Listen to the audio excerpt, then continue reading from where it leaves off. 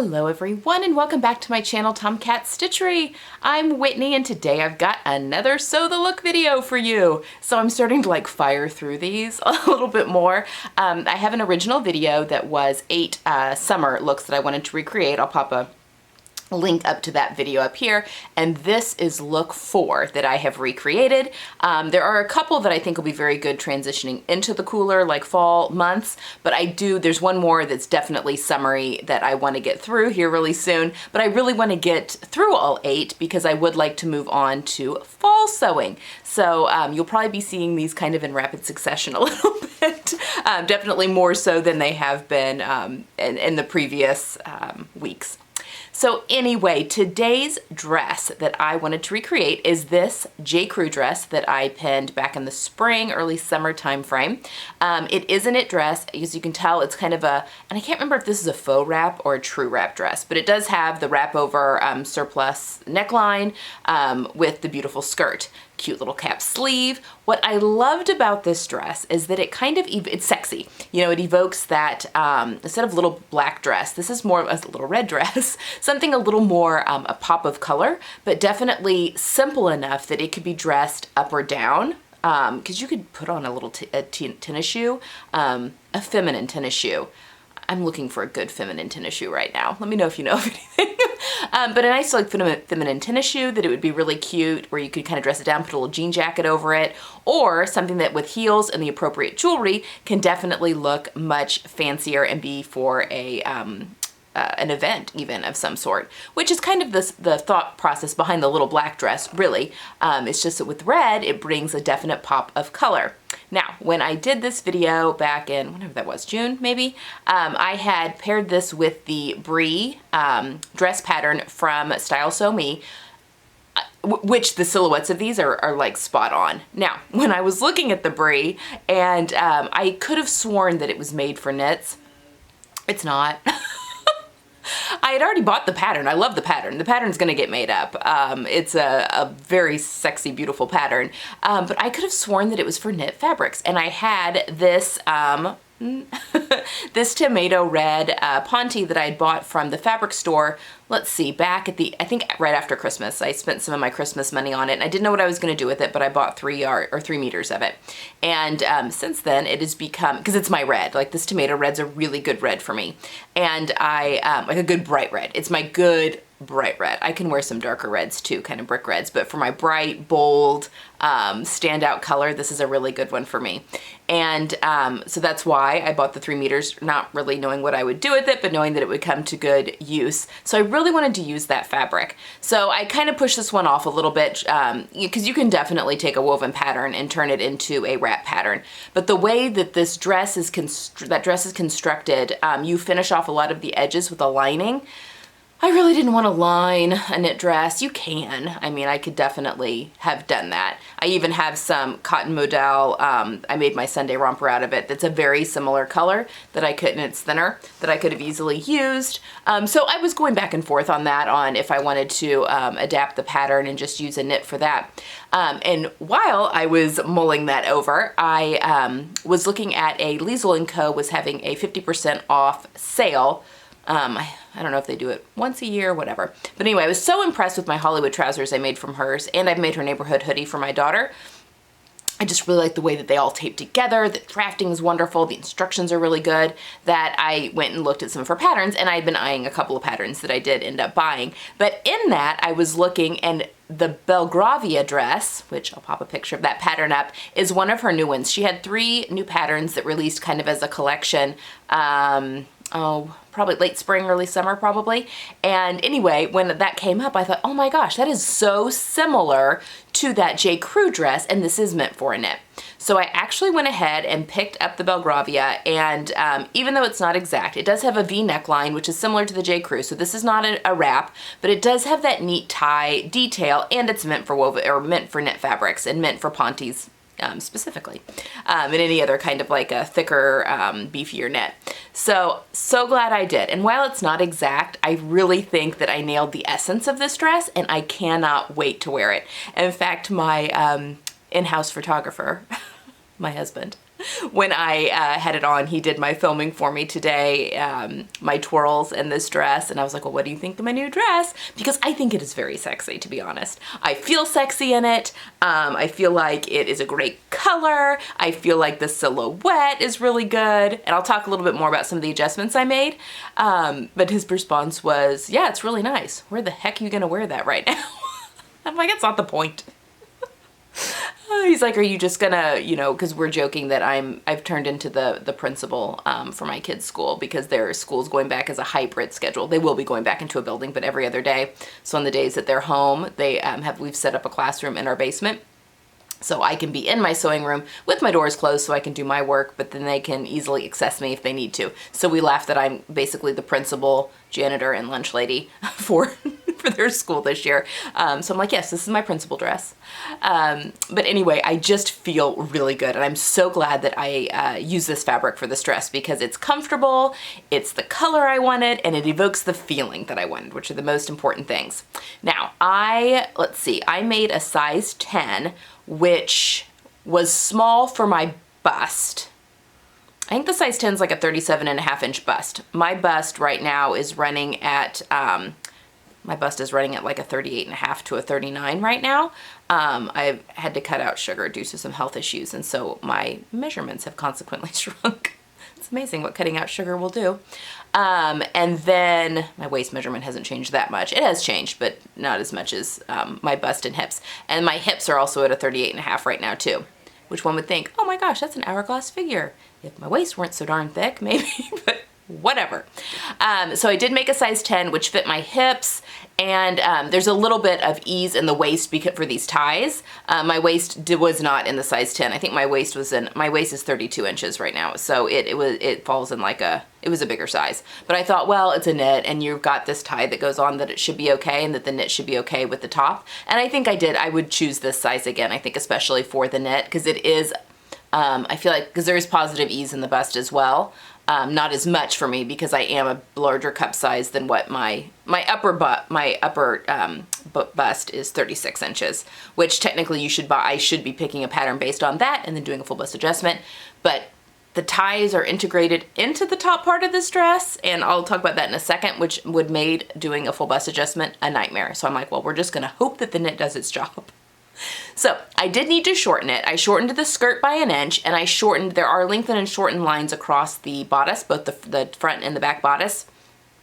And I did shorten by 1 inch there too, without making a muslin, just thinking I really wanted it to hit I wanted that tie right at my natural waist. Looking back, it's not awful, but I think that I would, if I were going back, I would just take both inches out of the skirt and leave the top alone, because it does creep up into my bust a little bit, which is pretty typical.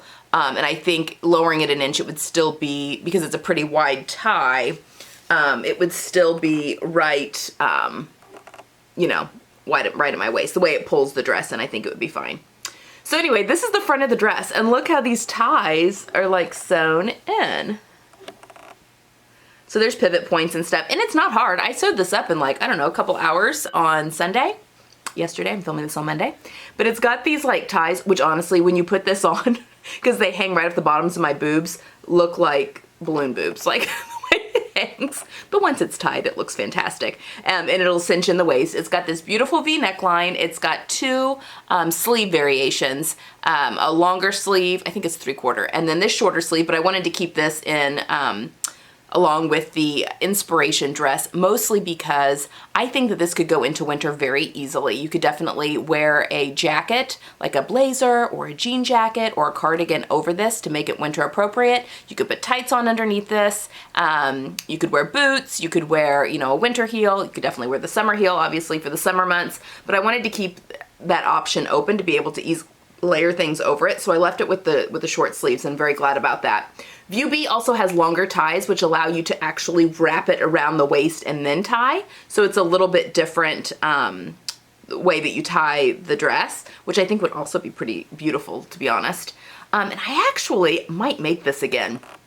and do the longer sleeve. I have some more of that kind of cocoa brown Ponte that I made my knit suit out of for the Great Module Sew Along, and I was gonna do the Bryce dress from Style Arc out of that, which is it's a knit dress with a V-neck, but I really like the idea of trying this one again and making the adjustments, you know, putting the inch back in at the chest and then taking 2 inches, you know, another inch out of the skirt, because I did need to lose 2 inches out of this. I think that was correct. So we will see how that happens. I mean, do I need another knit Baba Boom dress? Yeah, why not? But I'm just really happy. I mean, it goes on over your head. Again, it's sewed up really quickly. So the front skirt, you'll see the seam lines. The front skirt kind of goes up kind of high, if you can kind of see that seam line that's there, and then there's the seam line for the back. She's got notches for everything. So there's a notch on the back that matches up with this seam, and there's a notch on the front that matches up with this seam. It just makes putting it together so easy. And then the back, there's a seam line down the back, both for the bodice and the skirt, and the vent is in the front. So you could definitely get away, I feel like, with cutting both the back bodice and the back skirt on the fold. And then you wouldn't have to worry about trying to match this intersection up so perfectly. I used a combination of my sewing machine, because there's some pivoting you have to do, my sewing machine, and I just used a longer straight stitch actually for the things I needed to use for my sewing machine. I used a 3mm stitch length, but just a straight stitch on my industrial machine for a few parts of this just to get it in. Then I did my serger for a lot of the seams by putting kind of this color red into the far left needle, and then the rest of it's brown. And then I finished off the hems of the sleeves and the skirt with my cover stitch machine. So they got the vent is in the front, so that obviously has to have a seam, and the front needs a seam for the V-neck, the way that that's finished. So yeah. It's just a very easy dress with a big punch. I'm very excited to wear this both casually and if the occasion arises, more dressed up. I mean, this would be phenomenal at Christmas time, wouldn't it? This color. Oh my gosh, you could find a really cool pair of high heels. I've got it paired with my J. Crew Fun sparkly earrings, and I think that that's really a whole lot of fun. But if I get invited to any Christmas parties this year, I'm totally wearing this dress. Anyway, that is my Sew the Look. So I will now post some video footage of me in the dress, and then I will post a side-by-side of the inspiration in me in the dress at the end of that, just to kind of give you an idea. So yeah, while again, this isn't exactly, I think that the Brie dress is probably a little more similar style lines to the inspiration dress, but then just having to fuss around with it and change it to knit, and I thought they're gonna be, you know, I have to line it and all that kind of thing. I am glad that I decided to go with this dress that was meant for a knit, because I think it gives the same feeling of that J. Crew dress without it being exact, if that makes sense. And I think that this is very flattering. I really love, I think that this tie kind of camouflages my front stomach just a little bit. Yeah, because I have autoimmune issues and stuff, and so sometimes my stomach swells, which is like right up underneath my rib cage, will get poochy really easily, depending on if I've eaten something. Sometimes I don't know what it is. Sometimes it just wants to flare up. But yeah, I think that that helps me still be comfortable without having to worry about my, you know, stomach being swollen. So having that tie there kind of camouflages that. And because I'm pretty straight. I mean, a 32 to a 38.5 is not a big difference from waist to hip.